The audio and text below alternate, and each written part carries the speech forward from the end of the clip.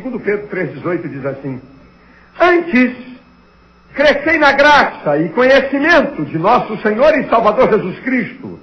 A Ele seja a glória, assim agora como no dia da eternidade. Amém.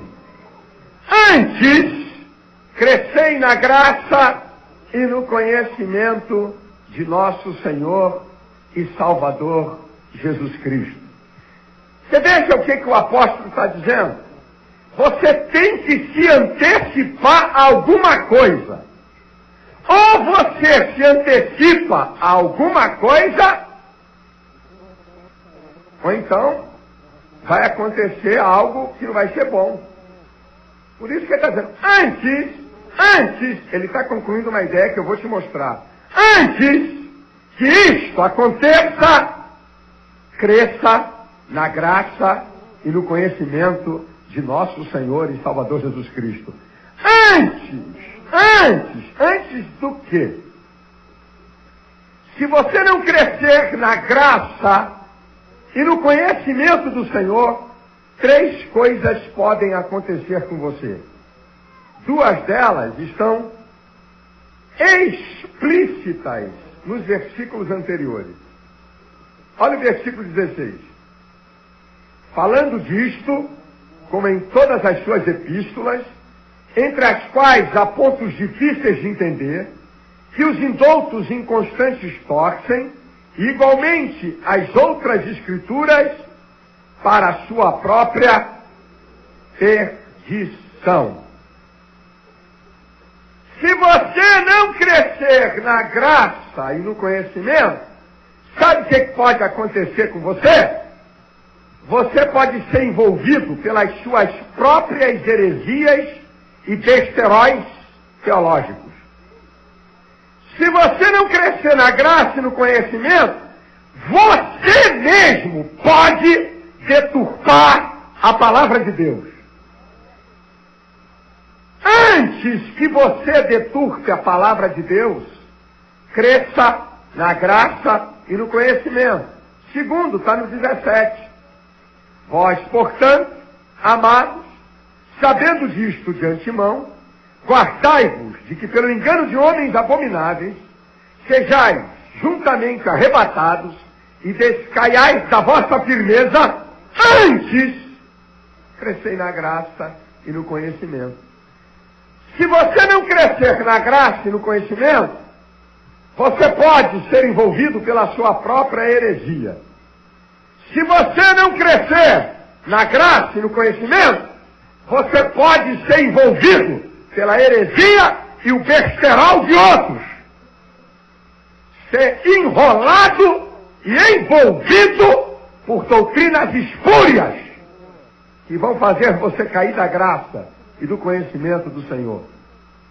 Terceiro lugar, se você não crescer na graça e no conhecimento, essas 2 primeiras coisas estão explícitas. A terceira está implícita. Se você não crescer na graça e no conhecimento, aqui está falando de crescimento uniforme. Crescer na graça e no conhecimento na mesma dimensão. Crescer é avançar, é aprender, é abrir novos caminhos, é conquistar, é amadurecer. Se você não crescer proporcionalmente na graça e no conhecimento, você pode ter um crescimento deformado na vida cristã. Exemplo: tem gente que cresce na graça e não cresce no conhecimento. Sabe que tipo de crente é esse? Menino. Só vale a experiência. Quem cresce na graça e não cresce no conhecimento, o que só vale para essa pessoa é a experiência. E aí vira menino. Você sabe que crente menino 15 anos depois de crente, continua como novo convertido.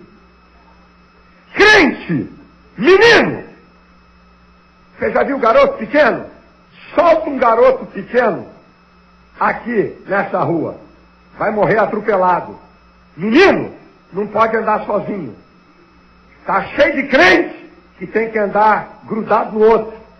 Porque é menino. Terceiro, você sabia que criança, um garoto de 5 anos, de 4 anos, não sabe distinguir fantasia de realidade? Você sabia que criança pensa que Superman é verdade? Que Batman e Robin é verdade? Crente menino não sabe discernir voz de Deus e voz dos homens. Não sabe discernir poder do Espírito e emoções. Crente menino, como diz Efésios 4:14, é inconstante. Um dia é fogo puro, outro dia é geladeira pura. Um dia está na igreja, outro dia está no mundo. Um dia está aqui, quer servir, quer trabalhar, quer fazer. Um mês passa fora. Crente menino só vive atrás de processada, visagem e revelamento. Porque eu creio em profecia, visão e revelações. E crente que cresce na graça e no conhecimento não anda enfurnado na casa da irmã Doquinha, da irmã Fulaninha, do irmão Joãozinho, do irmão Sapatinho de Fogo, para ouvir profecia, porque ele sabe quem é o seu Deus e ele conhece a voz do seu Deus.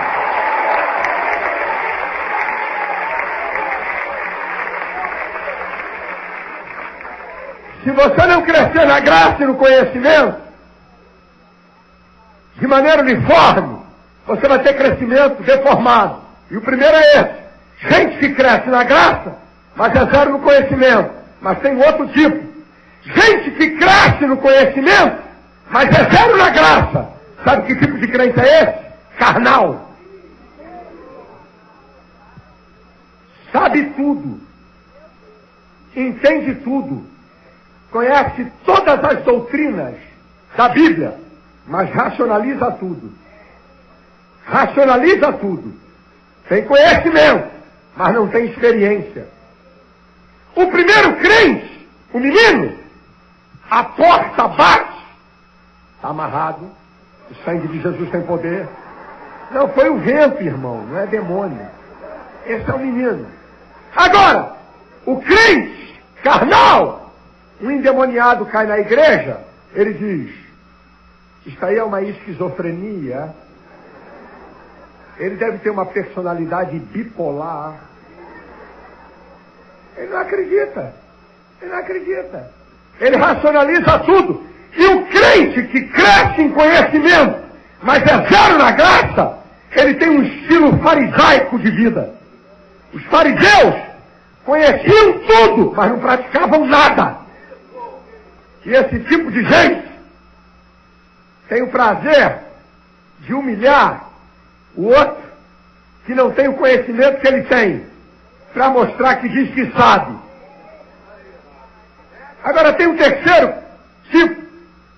Se você não crescer na graça e no conhecimento, na mesma dimensão, tem gente que é zero na graça e zero no conhecimento. Sabe que tipo de crente é esse? Fraco. Está na Bíblia. Paulo diz lá em 2 Coríntios 8, é fácil da sua mente ser cauterizada. Ele é fácil de ser influenciado. Ele se escandaliza à toa. Qualquer coisa. Zero de conhecimento e zero na graça. Então qual é o segredo? Qual é o segredo para que eu não torça a Bíblia? Qual é o segredo para eu não ser envolvido pela heresia dos outros? Qual é o segredo para não ter um crescimento deformado? O segredo é crescer na mesma proporção em conhecimento e graça. Então, como é que a gente cresce em conhecimento? Vamos lá. Já que eu tenho que crescer em conhecimento,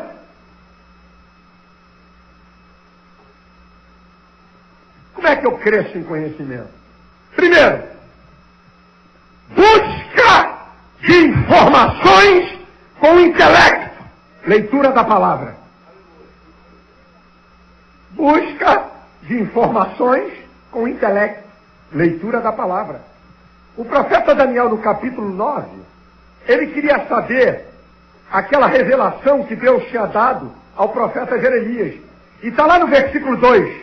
Eu, pelos livros, entendi. Ele foi buscar informação com o intelecto, com a mente. Você quer crescer em conhecimento? Leia a palavra. O apóstolo Paulo, em 2 Timóteo, capítulo 4, versículo 13, ele diz assim: tu quando vieres, passa em Troades na casa de Carpo, traz a minha capa, os livros e principalmente os pergaminhos. Paulo buscava informação meditando na palavra. Tem muito crente atrás de prosperidade. Então toma aqui a receita. Salmo 1, os 3 primeiros versículos. Bem-aventurado o varão que não anda segundo o conselho dos ímpios, não se detém no caminho dos pecadores e nem se assenta na roda dos escarnecedores. Antes tem o seu prazer na lei do Senhor e na sua lei medita de dia e de noite. Pois será como árvore plantada junto a ribeiros que dá o seu fruto na estação própria, cujas folhas não caem, e tudo quanto quiser prosperará. Meditar! Meditar é inferir, analisar, pensar. Você quer crescer em conhecimento? Cai dentro aqui dos 66, meu filho. Ok? Como é que a gente pode crescer em conhecimento? Busca de informações, usando o intelecto, leitura da palavra. Como é que a gente cresce em conhecimento? Busca de informações, utilizando elementos espirituais. Oração. Como é que você quer conhecer uma pessoa? Você só pode conhecer uma pessoa se você travar relacionamento com ela. Você só pode conhecer uma pessoa se você conversar com ela. Quanto mais você fala com Deus, mais Deus fala com você. Quanto mais você fala com Deus, mais Deus se revela a você. E quanto mais Deus se revela a você, mais você conhece Deus. Você está pensando que eu vim aqui pregar fórmula mágica no Evangelho? O Evangelho não tem fórmula mágica não, meu irmão. Você quer crescer em conhecimento? Dobra esse teu joelho, meu filho. E bota essa cara linda no chão e vamos pro pau. Fala com Deus aí, rapaz. Daniel, o mesmo que buscou conhecimento com intelecto no capítulo 9, é o mesmo que vai buscar conhecimento com oração no capítulo 10.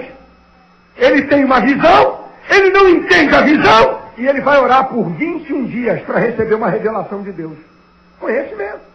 O mesmo Paulo que busca conhecimento com intelecto, é o mesmo Paulo que em 1 Tessalonicenses 5,17 diz: orai sem cessar. E Paulo nunca mandou ninguém fazer alguma coisa que ele não fazia. Tanto é que ele tinha ousadia para dizer em Filipenses 4,9: o que vistes, ouvistes, aprendestes e recebestes de mim, isso também fazei.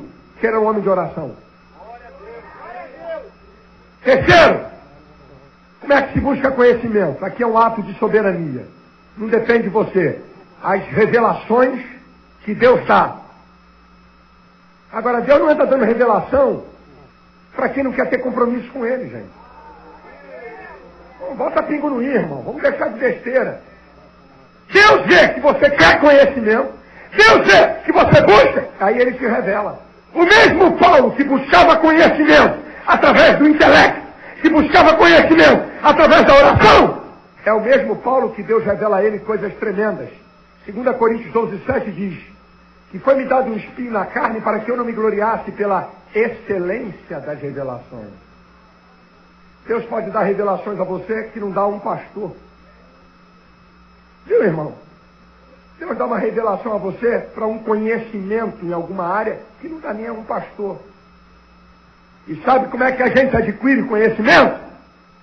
As experiências com Deus no nosso dia a dia.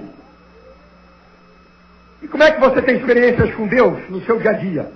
Aplicando a palavra na sua vida cotidiana.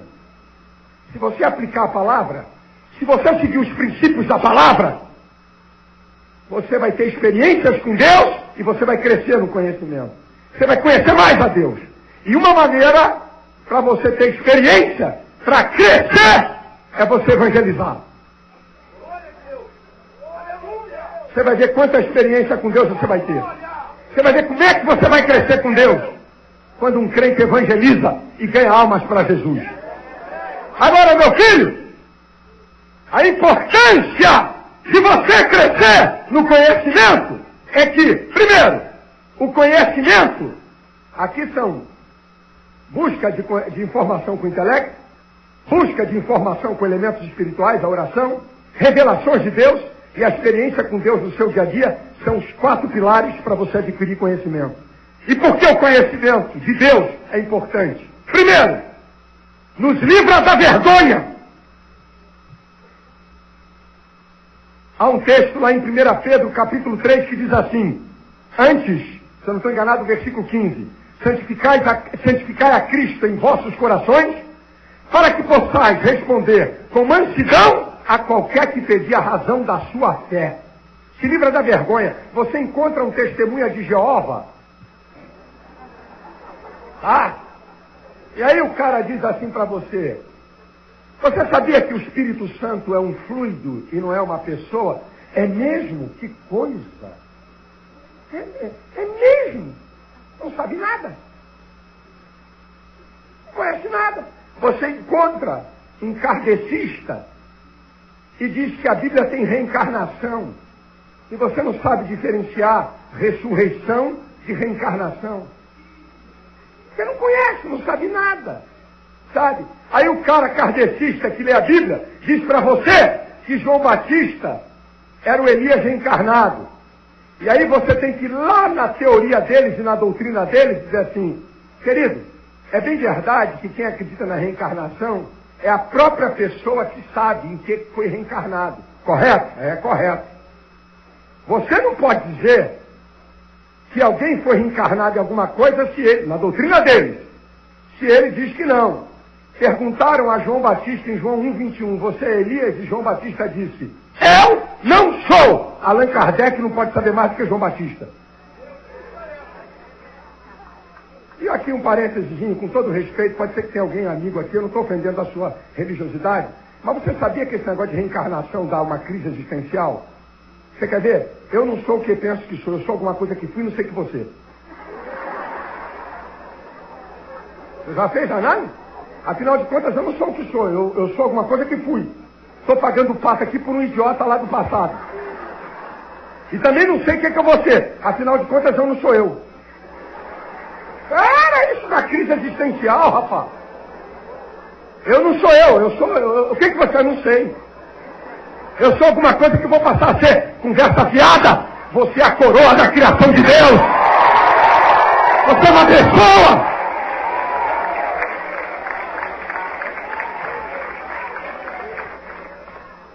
O conhecimento nos livra da vergonha. O conhecimento nos livra das heresias. Mateus 22, 29 diz, errais por não conheceres as Escrituras nem o poder de Deus. O conhecimento produz graça e paz multiplicada. 2 Pedro 1:2, graça e paz sejam multiplicadas pelo conhecimento de nosso Senhor e Salvador Jesus Cristo.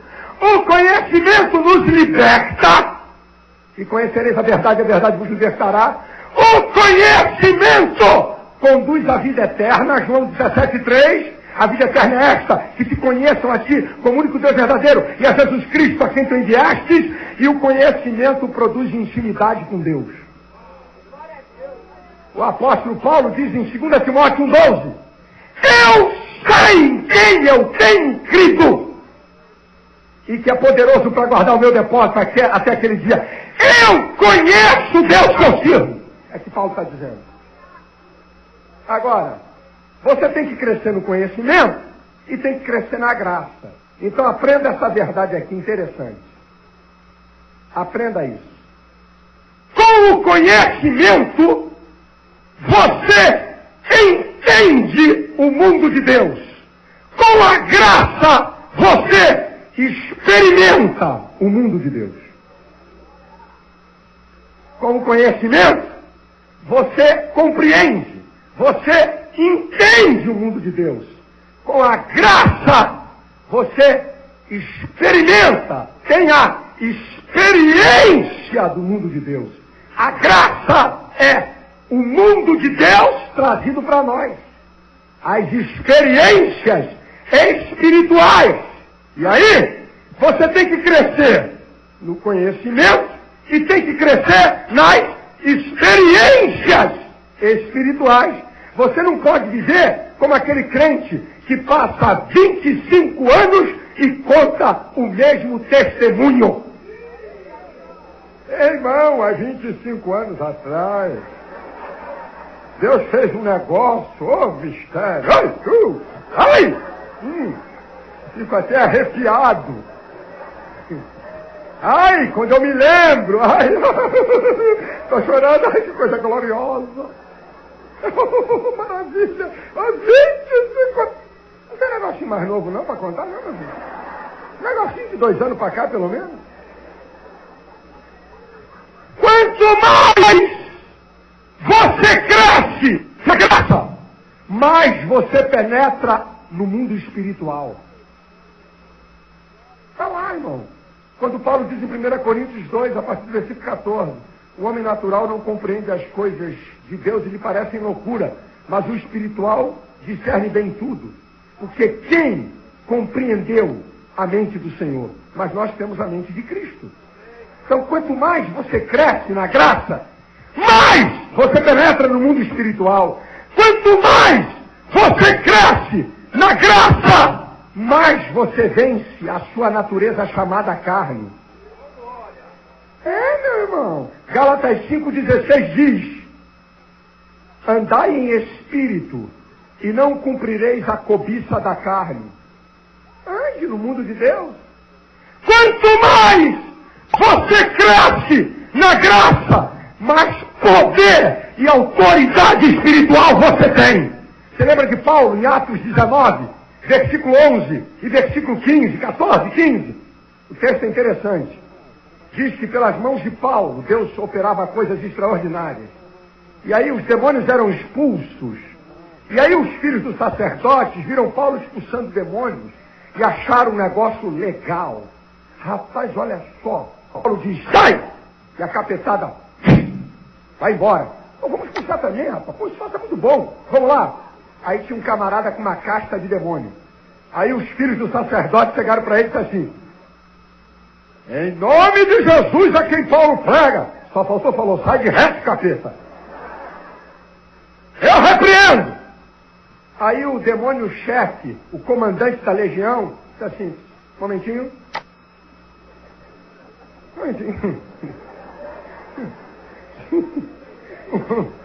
Um momentinho. Eu conheço Paulo e bem sei quem é Jesus. Quem são vocês? Aí, como diz Marcos Gregório, estreitou. Aí o negócio ficou assim.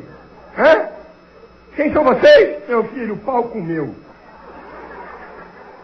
A capetada caiu em cima dos caras, arrancaram roupa, deram uma coça violenta.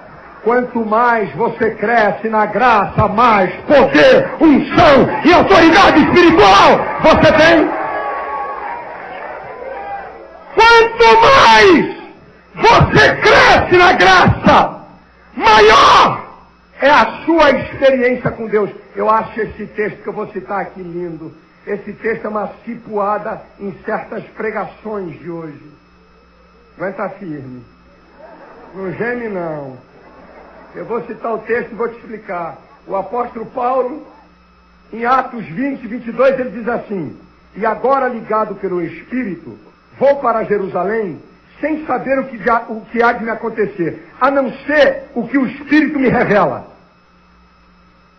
Prisões e tribulações. Olha, Paulo, vou para Jerusalém, vou ser preso, vou para Jerusalém, vou apanhar, vou para Jerusalém, vou sofrer, vou para Jerusalém.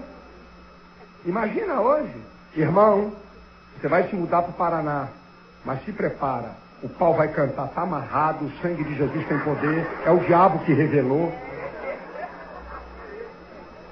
Sabe? Sabe? Porque a gente só quer experiência fantástica, sabe? Só triunfo, sabe? A gente só quer isso. Olha o que Paulo dizia, agora ligado pelo Espírito, vou para Jerusalém, sem saber o que há de me acontecer, a não ser o que o Espírito revelou. Olha o que o Espírito Santo revelou para Paulo.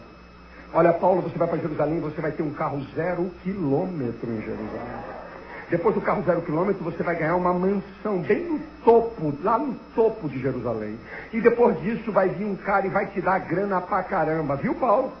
Olha o que o Espírito Santo lembra para Paulo. Paulo, tá bem, Paulo? Tudo bem, tudo bem. Sim, Espírito, você pode falar. Olha, eu queria falar para você que eu vi o chicote chamado flagelo. Você conhece, Paulo, flagelo? Ah, claro, quem não conhece aquele chicote?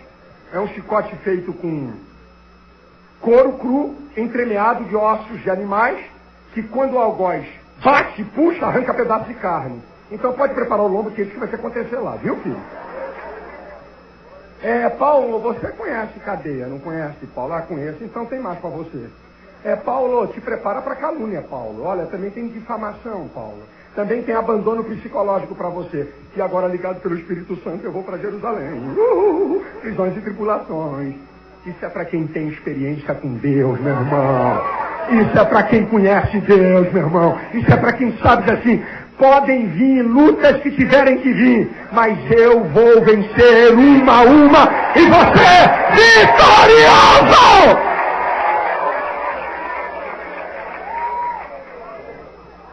Irmãos, você sabe que eu estava pensando que esse negócio de luta e tribulação? Luta e tribulação é a matéria mais difícil da escola da vida, portanto é a mais importante. Só com lutas e tribulações que a gente cresce. Não tem outro jeito, irmão. Eu não gosto. Você também não gosta? Mas vai ter. Sabe o que eu estou desconfiado que Deus? Você já viu quando um cara vai pintar a parede? Eu fui perguntar a um pintor esse negócio de lixa. E ele me disse que quanto maior o número da lixa, mais fina ela é. E quanto menor o número da lixa, mais grossa ela é. E você sabe que dependendo de uma parede cheia de crostas, uma parede grossa, a lixa tem que ser maior. A lixa, você já viu o barulho de lixa? Acho que de vez em quando Deus diz assim, passa a lixa 580 aqui. A lixa fininha. 580, bobagemzinha. Tirando alguma crosta da minha vida e da sua, é uma lixinha. Mas ele vai dizer assim, passa número 5. Olha o tamanho da criança. Essa é assim, ó. Ai, meu Deus do céu, o Senhor tem misericórdia, eu sou teu servo, não sei. Mas depois que passa a lixa, a parede fica lisa e passa uma pintura nela e ela fica linda. É assim que Deus trata comigo e com você.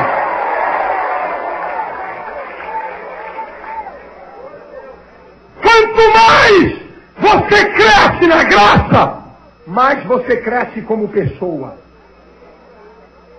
Vai ver a igreja primitiva. Lá em Atos 4:33. Eles tinham generosidade, liberalidade, espontaneidade para ajudar as pessoas. Quanto mais você cresce na graça, mais você entende a mazela humana. Mais você tem compaixão do ser humano. Quanto mais você cresce na graça, mais você manifesta o caráter de Deus.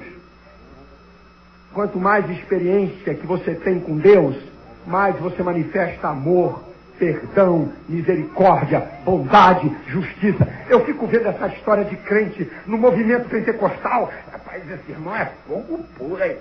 Sapatinho de fogo, esse irmão aí. Olha, não é brincadeira, mas esse irmão aí, olha, esse irmão tem um raio-x do olho, rapaz. Ele olha pra você assim, diz, meu servo, a tua vida tá assim, ou esse tá lá em cima. Rapaz, que engano. Pisa no calo dele. Aí você vai ver quem ele é. Sabe? Tem um engano no nosso meio, gente, que pensa, porque o camarada tem fogo e tem poder, esse é que é o tal. Ei, aprenda aqui um princípio. Os dons são de Deus para o homem. Os frutos do homem para Deus. O cristão não é conhecido pelos dons. O cristão é conhecido pelos frutos, é aquilo que ele produz. O dom, Deus dá a quem quer, como quer, do jeito que quer, e não deve satisfação a ninguém. Deus dá dom espiritual para crentes mais carnais e muitas vezes mais espirituais. Não tem um dom espiritual. Se é Deus, é problema dele, não é teu. Não dá satisfação a você, ele é soberano. Agora, fruto, você quer saber quem é o crente? É pelo fruto. É pelo fruto, meu irmão. Não tem mamãe nem chora. O fruto vai dizer quem sou eu, quem é você. Não é porque eu dou glória a Deus alto, eu até brinco. Uma vez um irmão veio dizer para mim, isso é verdade, parece piada evangélica, mas não é piada evangélica. Disse assim, Silas, eu estava numa vigília e vi o cara pensando que é tão espiritual, e o outro dizendo para ele, ó rapaz, vambora, que a gente está tarde, nós vamos ter que trabalhar cedo. Dois irmãos. Aí perguntou, olha, que horas tem aí? Aí o outro, né, muito poderoso, disse, isso era de noite. A vigília começou 10 horas, aí eram 11h40 da noite, aí o cara, 11 renegaveias. O cara da hora em língua estranha, rapaz. Ah, para com isso, rapaz.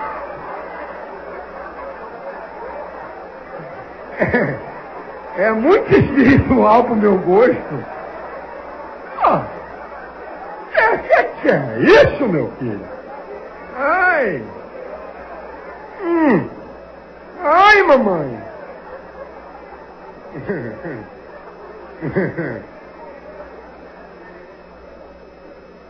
Sabe? E aí o povo fica impressionado. Sabe? É um frisson evangélico. Rapaz, Marcos Gregório, eu já tenho visto cada uma nesse. Deus não duvida porque ele é Deus.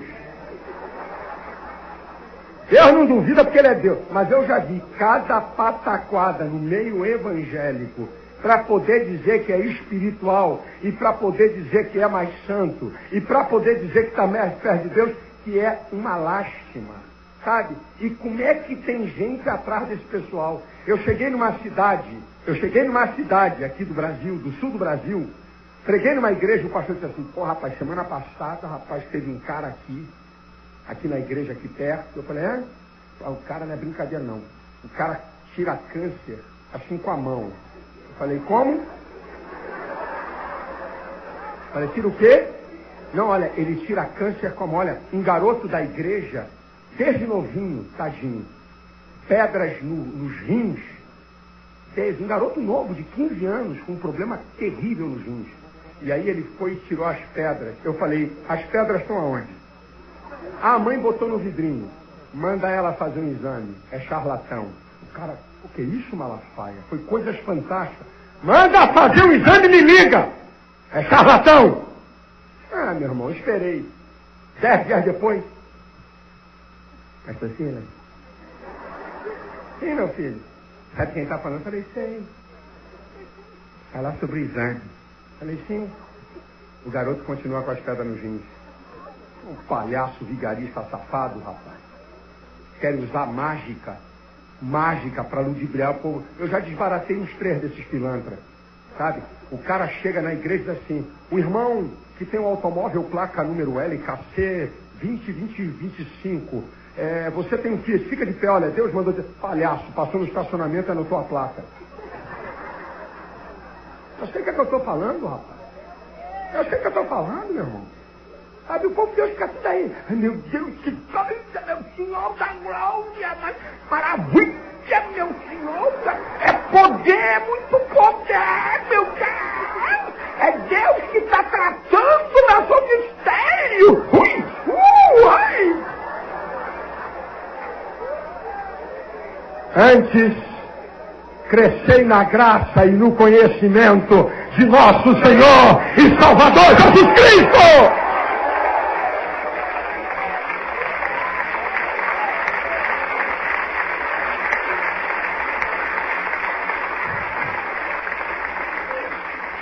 Agora escute. Quem cresce na graça e não cresce no conhecimento é menino. Quem cresce no conhecimento e não cresce na graça é carnal. Quem não cresce no conhecimento e não cresce na graça é fraco. E quem cresce na graça e cresce no conhecimento é crente forte. E agora eu vou terminar minha palavra dando a prova dos 9. Como é que a gente sabe que um crente é forte ou não? É aqui, meu filho, que sabiá muda de cantiga. É aqui que o negócio fica estreitíssimo. Como é que você pode entender e codificar que um crente é forte? Isto é, aquele crente que cresce no conhecimento e nas experiências com Deus. Como é que você pode distinguir? 4 pontos. Pelo menos esses 4 aqui. Tem que passar nesse daqui. Pode ter 20, mas passa por esses 4. Não estou dizendo que só tem esses 4. Mas para você saber que um crente é um crente forte, que cresceu na graça e no conhecimento, passa por isso que eu vou te falar. 2 coisas num versículo. 4 coisas aí, a prova dos 9. Toca aí, olha, meu filho, o homem vai fazer a prova dos 9 agora. Diz aí pra quem tá, é a prova dos 9. É prova dos 9. É prova dos 9. Faz um favorzinho aí. Por favor, não ofenda o freguês. Não espante o cliente que está aqui essa noite. Mas, de leve, só pergunta e ninguém responde. Que tipo de crente é você? Só pergunta. Que tipo é? Menino, carnal, fraco ou forte?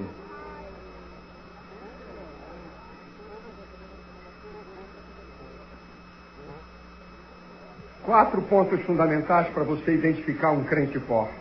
Primeiro, Romanos 15:1. Nós que somos fortes devemos suportar a fraqueza dos fracos. Até aqui do versículo. Como é que você sabe que um crente é forte? Quando ele suporta o fraco.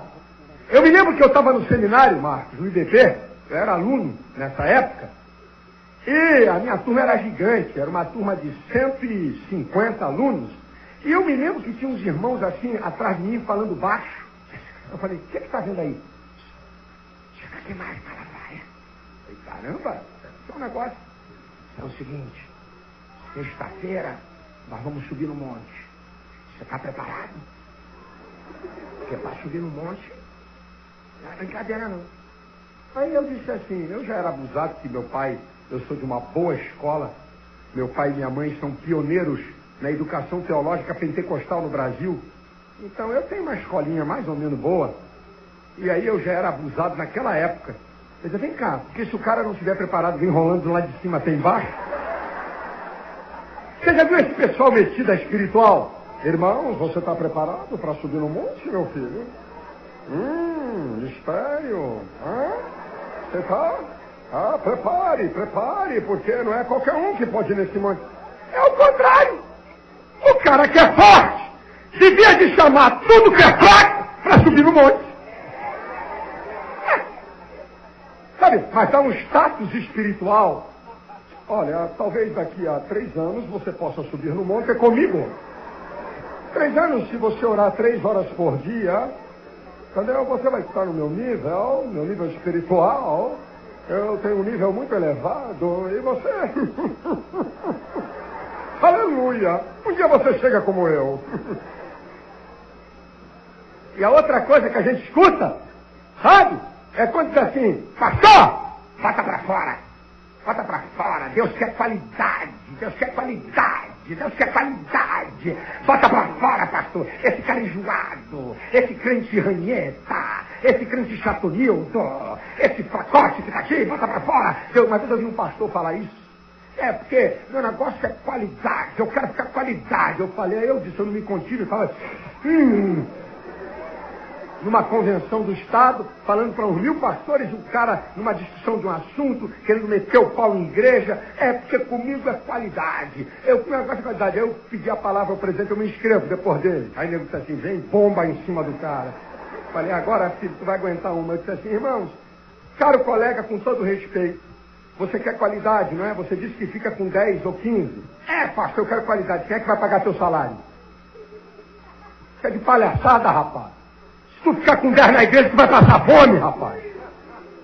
Deixa o fraco, o carnal, o menino aqui dentro, para que um dia ele se torne forte. E quem é forte, suporta o fraco.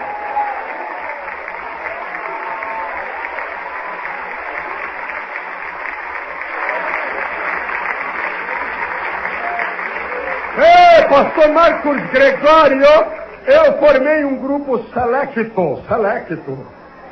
É um grupo selecto, não é seleto não. É um grupo, o pastor sabe, nós temos aqui um grupo muito especial. Assim, de crentes que têm um nível de intimidade com Jeová, assim. Nós só, deixa de besteira, rapaz. Pega o fraco, pega o caído, pega o ruim, pega o menino, bota perto de você. Sabe? Agora, 2, segunda marcha, hein? Crente forte é isso, suporta o fraco. Agora o negócio fica mais um pouquinho apertado. Você pensou que isso foi tudo? Ai, Jeová, me abençoa teu povo. Segundo, a continuação do texto.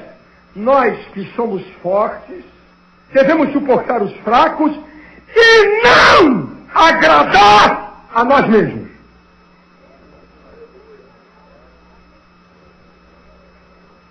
Eu vou falar em tese para você entender essa palavra aqui.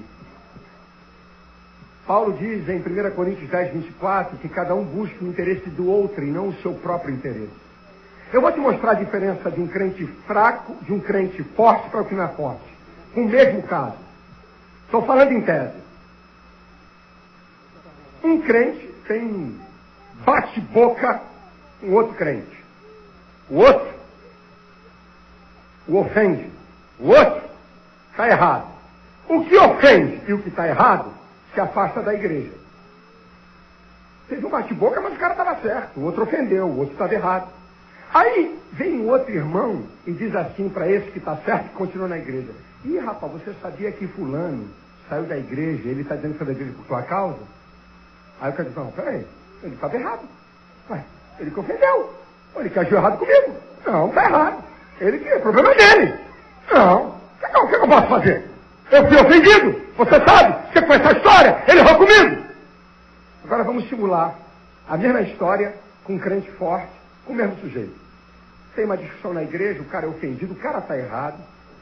E aí, esse que está errado e que ofende, sai da igreja. Aí passa uns dias, um outro crente chega para o crente forte e diz assim, rapaz, sabia que fulano falou que ele saiu da igreja por tua causa? Aí o crente forte, é mesmo, rapaz? Vai lá atrás do outro. Bate na porta e diz, rapaz, me perdoe. Rapaz. Não cometeu pecado nenhum. Ele não agrada a si mesmo. O crente forte não vive para agradar o seu ibope na igreja. Sabe? Ele vai lá atrás do outro e diz, rapaz, me perdoe, não, você é importante na igreja, não faz isso não, rapaz. Sabe? E a mãe ele dando certo. Qual é o problema? Se ele estender a mão para que o outro que é fraco possa voltar para a casa do Senhor. Isso é crente forte. Crente forte! Vamos ter uma disputa para ver quem vai comandar, quem vai dirigir o departamento infanto-juvenil. Estamos em campanha. Candidato 1, número 5. Candidato 2, número 8. Atenção, o Ibope diz que tem empate técnico. E quem vai? E o pau está comendo. Você é forte? Pastor, pode deixar o outro. Eu faço qualquer coisa na igreja. Deixa ele. Não tem problema não, pastor. Eu faço qualquer coisa. Crente forte. Crente forte. Crente forte. Não agrada a si mesmo. Sabe? Uma vez uma irmã pediu para cantar lá na nossa igreja. Pediu para cantar, hein? Pediu para cantar, não foi convidada. Quem pede vem por baixo. E quem convida dá banquete. Eu aprendi.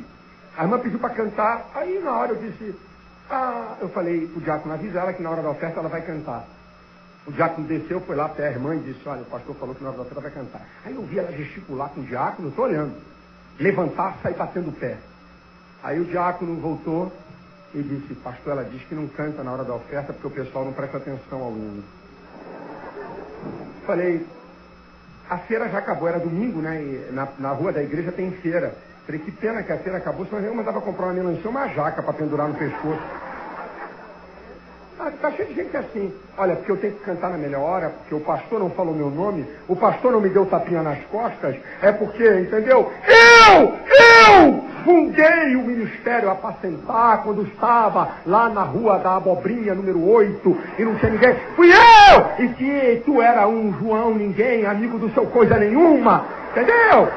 E ninguém sabia quem tu era. Então, eu estava lá. E agora, essa posição não é minha. Tenho a pena de você, camarada. Sabe, crente forte não briga por posição. Crente forte não briga por lugar. Crente forte não arruma quizumba para afastar o outro por causa do seu interesse. Crente forte não busca o seu interesse.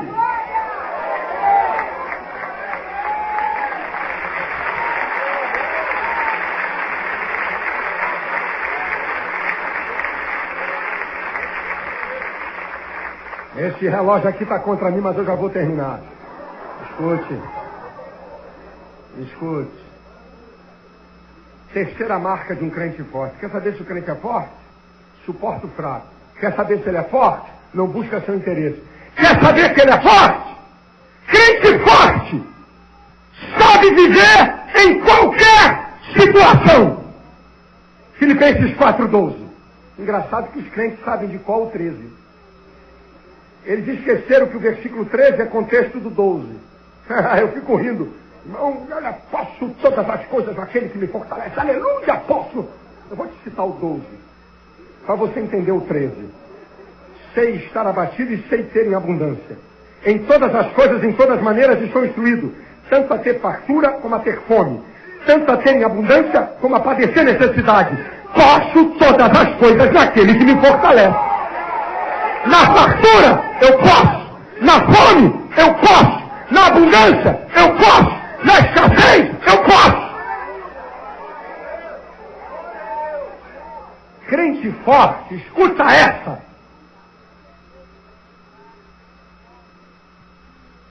Quando está cheio da grana, quando Deus abençoa materialmente a ele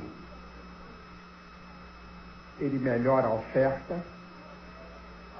Ele é dizimista imbatível, ele passa a ter um amor maior a Deus, porque ele reconhece que o que ele tem provém de Deus, e não é da sua capacidade, sabe?